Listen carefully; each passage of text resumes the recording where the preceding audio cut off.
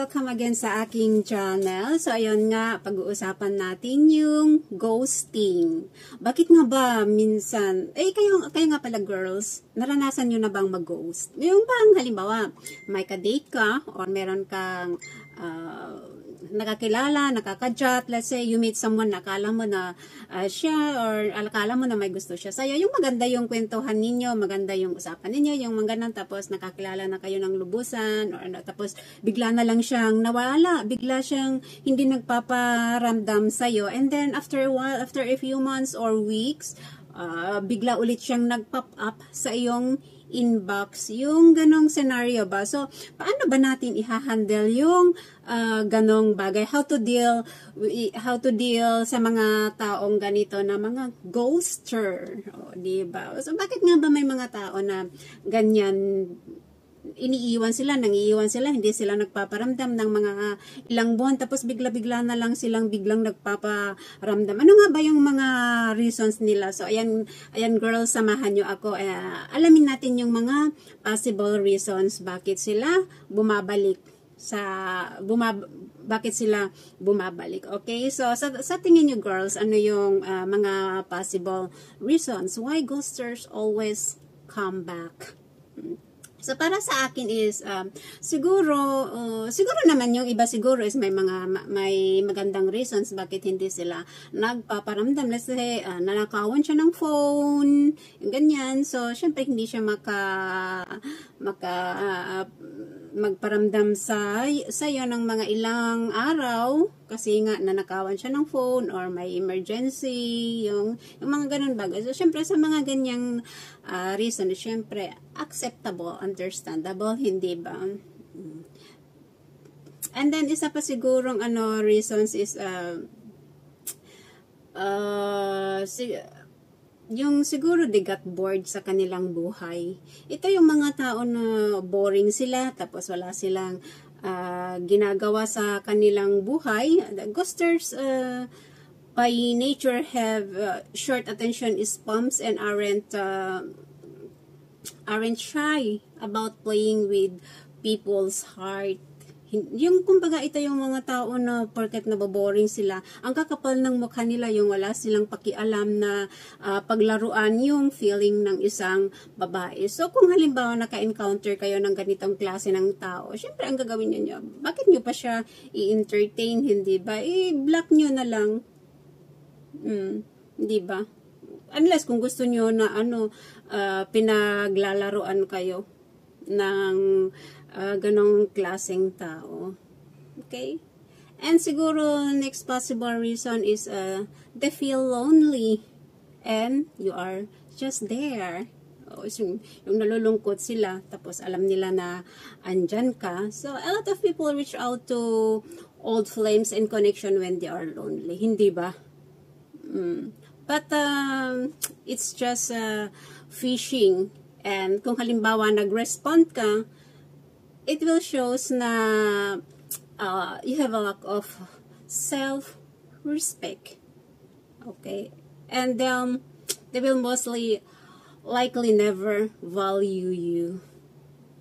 Sigurado ako niyan. Kasi yung para bang pinaglalaruan ka lang. Parang andyan ka lang kasi alam nila na hindi mo sila you can't say no to them, tapos every time na nagpaparamdam sila kahit mga ilang months, tapos biglang nagparamdam, then andyan ka naman na ini-entertain mo. So parang parang walang, para sa akin parang wala kang self-respect. Okay? And then paano kanila i-value kung ganun? And then siguro next possible reasons maybe is they realize they made a mistake and miss you. Siguro na maybe they had other priorities siguro sa kanilang buhay.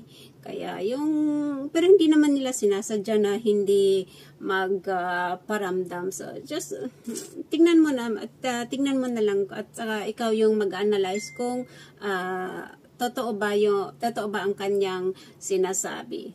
As long as Pwede mo sigurong entertain uli as long as they hold themselves accountable and you feel like they've changed, na alam mo na hindi niya ulit gagawin, na i-ignore ka ulit, hindi siya magpaparamdam ulit ng mga ilang buwan, then maybe siguro pwede mong i-consider din, diba? And then maybe next possible reason siguro is something made you pop back in their head, or siguro yung nakita nila yung sa nakita nila sa social media yung pangalan mo sa yung, di ba katulad sa Facebook na meron yung people you may know, or kahit sa or meron silang meron silang nakita na nagpaalala sa iyo, so uy, ano nga pala, kumusta na pala kaya siya, kaya ayun, bigla kanyang naalalang i-message ulit. Ayan, so isa na rin yan sa possible reasons why ghosters always pop up in your inbox, or bakit bigla-bigla na lang silang nagpaparamdam sa'yo. Okay, so ito naman is para lang naman sa akin lamang. And then siguro another reason siguro is maybe hindi ko kung mag-agree kayo dito is of course maybe lang, they're looking for hook up lang. May mga ganun naman talaga. Aminin naman natin na may mga lalaki naman talaga na pag yung makikipaglandian lang, lalandiin ka just for hook up lang, kaya kanya binalikan kanya, kaya ulit siya nagparamdam sa iyo. So those are underpaid ghosting. Okay. Yung bigla-bigla na lang na biglang nagparamdam sa'yo, tapos invite ka lumabas or whatever, kasi meron siyang ibang plano. And then pag sinunggaban mo yan, halimbawa na gano'n siya, meet up tayo dito just for dinner or whatever, or manood tayo ng sine na ganyan, magtataka ka, bakit bigla-bigla na lang siyang mag-message sa'yo, tapos ayain ka, kasi yan naman pala, meron siyang ibang just for hook up na lang yung kung bakit siya nagparamdam ulit sa'yo. Okay? Or siguro naman another possible reasons is they are on the rebound.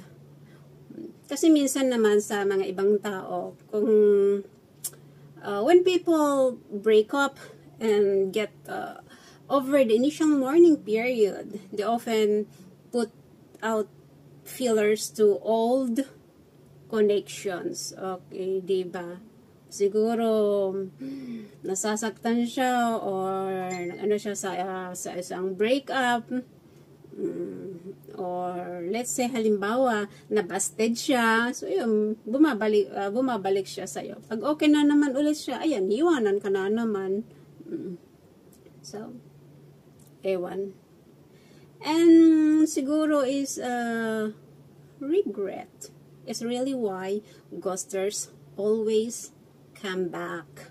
Sometimes ghosters will realize they lost an opportunity, diba? But may have been too nervous to get back in touch because they know they may have hurt you. And this can be a positive sign, but you should be cautious. Okay? So yung siguro nagsisisi sila after nilang magmuni-muni, pinag-isipan na mahal ko pala siya na tapos yung nagsisisi siya sa kanyang ginagawa, nagsisisi siya bakit niya ginawa yan sa'yo, and then of course pero kailangan maging cautious ka pa rin, timbangin mo at saka anuhin mo yung mga sinasabi niya kung talagang nagsisisi siya sa lahat-lahat ng kanyang ginawa sa iyo. Kasi minsan, di ba, pag yung nangyayari sa atin, iisipin natin, bakit kaya hindi na siya nagpaparamdam, bigla-bigla na lang siyang kinat yung communications namin, yung gano'n. So mapapaisip ka talaga, hindi ba?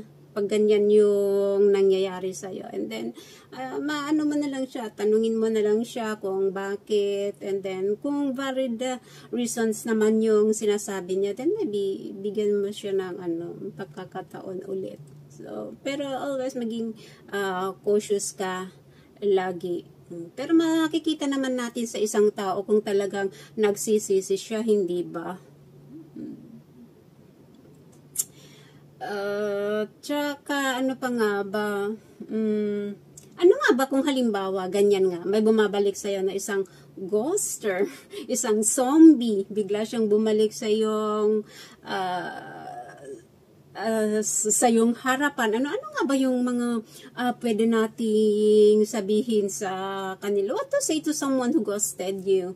So, kayo girls, ano nga ba yung pwede nating sabihin sa kanila? And for example, he blame you, he puts all the blames sa'yo, and then of course, kung halimbawa tinanong mo siya, o bakit iniwan mo ka, bakit hindi ka na? Kasi ikaw yung sinisisi niya kung bakit hindi siya nagpaparamdam sa'yo. Then, what's the point pa na i-entertain mo ulit siya? Baka mamaya gagawin niya ulit sa'yo, iiwan ka ulit. Pag nakuha niya yung gusto niya, tulad ng sabi ko, hook up lang yung gusto niya. Kung halimbawa na yun nga ang gagawin niya, ikaw yung blame niya, and then ignore mo na lang siya, huwag mo na lang siyang i-entertain. Okay? And then for example, they want to go back to how things were, and then this person should already know they're starting at square one. They're either self-centered or delusional. So, pag timbangin mo lahat-lahat bago mo entertain yung ng ghost sa'yo. And then for kailan naman tayo, when we might consider it na entertain ulit is, for example, you were still in an early dating process. Kung bago-bago pa lang kayo. If there weren't any great expectations sa inyong dalawa, and then you may hear them out and be interested in giving another try, then it's okay, give another try, but don't expect much from anyone who ghosted you in the past. Kasi malamang at malamang, baka uulitin niya ulit yan at ikaw ang maiiwan na kawawa. Okay? So, yun, marami pa tayo. Pag-usapan pa natin yan sa mga susunod. So, yun, I hope guys na nakatulong ito sa ating lahat para malaman natin yung possible reasons why they ghosted us, why someone ghosted us, at ano-ano nga ba yung pwede nating i-ano sa kanila, i-response, kung dapat ba natin silang bigyan ulit sila ng panahon makipag-usap sa kanila, or i-cut off na lang. So, yan. Thank you guys for watching. Bye!